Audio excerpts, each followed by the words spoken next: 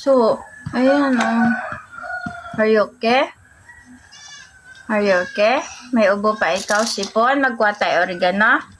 Magkuha si Mama oregano. Inom ikaw oregano. Magkuha si Mama oregano. Mag-am-am ikaw oregano. Ayan na nga guys ko. Ubo pa si Inso. Ubo ni Inso. Kuha tayo guys oregano doon sa garden. Ayun tataba ng oregano guys. Kuha tayo na oregano pampainom kay BBN. So, ganyan lang paggawa niyan guys. Kuha ka lang ang oregano, mga 3 piraso. Ayan, oregano.